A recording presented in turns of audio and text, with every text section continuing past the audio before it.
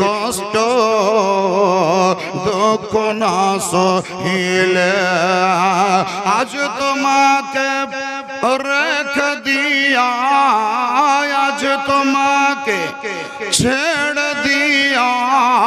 পাখি যাবে রে উড়িয়া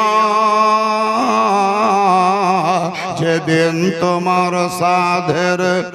জীবন যাবে রে লইয়া মোহাম্মদে বলুন সুবহানাল্লাহ। কোনো খবর আছে নাকি? মাটির বাড়ি মাটির ঘর মাটির বিছানখানি চতুর্দিকে মাটি তোমার বাঁশের ছাউনি কেমন করে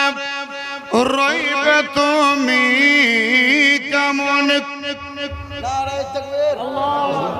নারায়ে তাকবীর আরো জোরে করে নারায়ে তাকবীর নারায়ে রিসালাত মাসলাকে আলা হযরত হযরতুল আল্লাম জনাব মাওলানা জীবনী বক্তা আলকামা সাহেব জনাব হযরতুল আল্লাম মাওলানা আলকামা কালিমি সাহেব নারায়ে তাকবীর নারায়ে রিসালাত বসে যান জালসা শুনবেন জন ভরা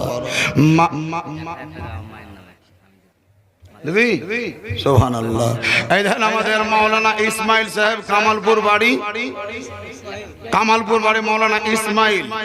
ভিতরাতে ওর সাধুর বাড়ি আর কুল্লাতে শ্বশুর বাড়ি ওই মুফতি সাহেবের শ্বশুর বাড়ি কুল্লা এরও শ্বশুর বাড়ি কুল্লা একই গাঁতে বিহা তার লেগে বোধহয় সাধু হয়েছে একই গাঁতে বিহা হিসাবে সাধু গাঁ হিসাবে ধরলা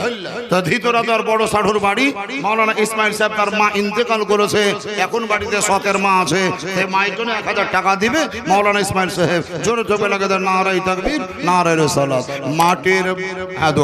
মাটির বাড়ি মাটির ঘর মাটির বিছানখানি চতুর্দিকে মাটি তোমার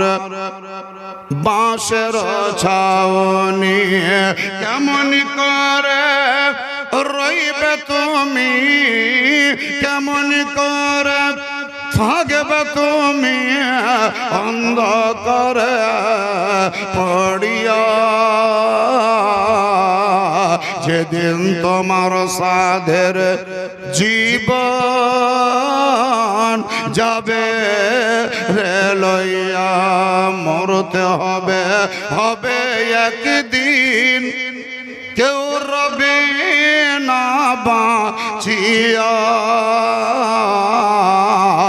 আমরা সবাই মরণ জালে আছি গো ফাঁসিয়া ছাড়তে হবে মায়ার দুনিয়া ছাড়তে হবে সোনার দুনিয়া সব রবে পড়িয়া যেদিন তোমার সাধের জীবন যাবে রে লইয়া বাবাজিরা মা এবং বোনেরা অত্র এলাকার সহ বিভিন্ন এলাকার দানের সাহায্য নিয়ে বা দান বা অনুদান নিয়ে আমাদের সিধুরি গ্রামে বিরাট একটি